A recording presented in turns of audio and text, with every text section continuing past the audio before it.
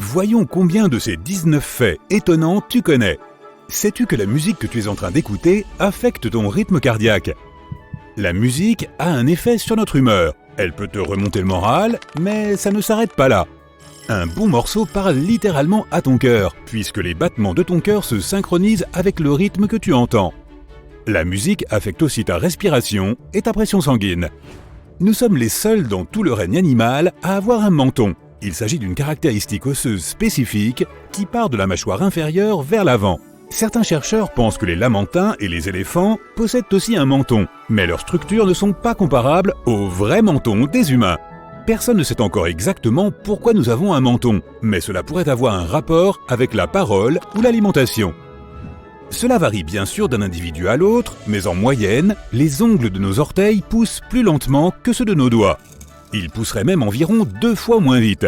Ce sont aussi sur tes doigts les plus longs que tes ongles poussent le plus rapidement, et les ongles de ta main dominante poussent généralement plus vite que sur ton autre main. En parlant des ongles, à mesure que tu vieillis, ils changent considérablement. Ils se mettent à pousser plus lentement. De plus, ils s'épaississent car les cellules de nos ongles se multiplient et s'accumulent avec l'âge. Les ongles de nos mains n'ont pas été modifiés par le fait que les gens en prennent davantage soin aujourd'hui. De plus, nos ongles de pied sont, tout au long de notre vie, plus souvent endommagés que nos ongles de main. Les oreilles deviennent plus grandes avec l'âge. Enfin, pas exactement plus grandes, mais notre nez et nos oreilles s'affaissent à mesure que nous vieillissons, car notre peau perd de son élasticité. Et puis la gravité joue aussi son rôle. Diverses parties de notre corps changent de la même façon, mais ce sont le nez et les oreilles que nous remarquons surtout. Les lobes des oreilles s'affaissent. Les oreilles sont faites de cartilage et notre cartilage ne cesse pas de croître, contrairement aux os. Nous possédons un os nommé l'os hyoïde et sa particularité est qu'il ne s'articule avec aucun autre de nos os. Il est seulement relié à des ligaments et des muscles. Cet os se trouve dans ta gorge, entre le larynx et la mâchoire. Il nous aide à maintenir en place tous les muscles du bas de notre bouche. Nous l'utilisons pour parler et avaler correctement. La peau est le plus grand organe que nous ayons. En moyenne, un être humain possédera 2 mètres carrés de peau. Cela veut dire que tu pourrais l'étendre par terre et recouvrir la moitié d'une salle de bain de taille normale. Et ce n'est pas tout. Ta peau représente une grande partie du poids total de ton corps, environ 15%. Plus de la moitié des os de ton corps se trouvent dans tes pieds et tes mains. Tu as 27 os dans chacune de tes mains et 26 dans chacun de tes pieds. Cligner des yeux ne sert pas seulement à humidifier nos globes oculaires. Nous clignons des yeux 15 à 20 fois par minute, car c'est aussi un moyen pour le cerveau de faire une mini-pause. Bien sûr, ces pauses sont très courtes, mais cela suffit pour que notre cerveau recharge ses batteries et se remette au travail plus frais. C'est comme quand tu redémarres ton ordinateur. As-tu aussi remarqué que le café à température ambiante n'a pas très bon goût?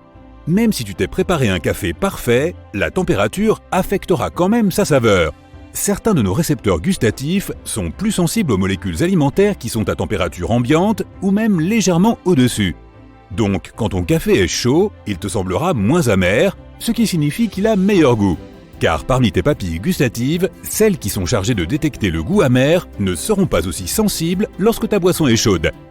Les odeurs affectent aussi la saveur d'un aliment.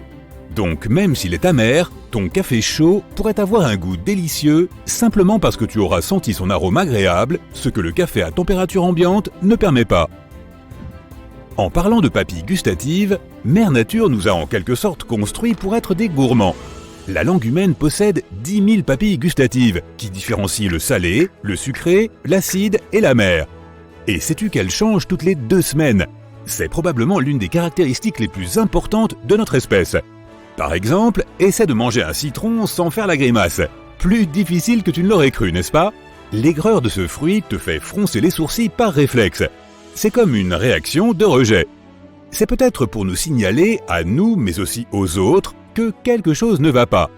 Il y a très longtemps, cette réaction à l'aigreur nous renseignait peut-être sur la présence d'une substance acide, possiblement nocive, contenue dans tel ou tel aliment. Un signe, en somme, que l'évolution nous a donné afin de nous protéger. Le squelette humain n'est pas sec, même si c'est probablement ainsi que nous l'imaginons. Ton corps est composé de 50 à 60% d'eau. Mais le liquide ne se trouve pas seulement dans tes muscles, ta peau et tes organes. Ton squelette en contient aussi. Un tiers de ta masse osseuse est en réalité faite d'eau. Nos corps ont des rayures, on les appelle les lignes de Blaschko. Ce sont des motifs cutanés qui recouvrent entièrement le corps humain. Elles s'étendent le long de nos jambes et de nos bras et traversent notre torse. Elles sont pour la plupart invisibles. Les chercheurs considèrent qu'elles sont comme des vestiges du développement animal, passés de simples cellules à l'état d'être extrêmement complexe. Nous possédons tous un réseau entier caché dans notre corps. Oui, je parle bien des vaisseaux sanguins. Ils sont minuscules, mais si tu les alignais tous, tu obtiendrais pour un seul être humain un fil long de 97 000 km. Notre corps brille, mais nos yeux ne sont pas en mesure de le voir, car la lumière que nous émettons est environ 1000 fois plus faible que ce qu'ils peuvent détecter. Ce n'est pas si inhabituel. Tous les animaux qui ont des réactions métaboliques brillent ainsi. Leur métabolisme émet des photons, d'où la lumière. La partie supérieure de ton corps est la partie où la lumière est la plus importante, mais tu ne brilles pas toujours de la même façon. Lorsque tu dors de manière régulière, ta bioluminescence est la plus forte vers 16 heures.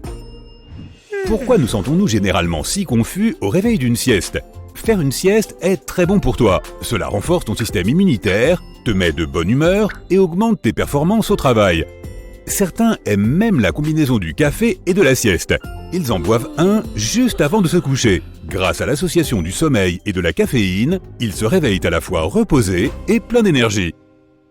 Mais nous sommes tous différents. Certaines personnes, en se réveillant de leur sieste, se sentent plus fatiguées qu'avant.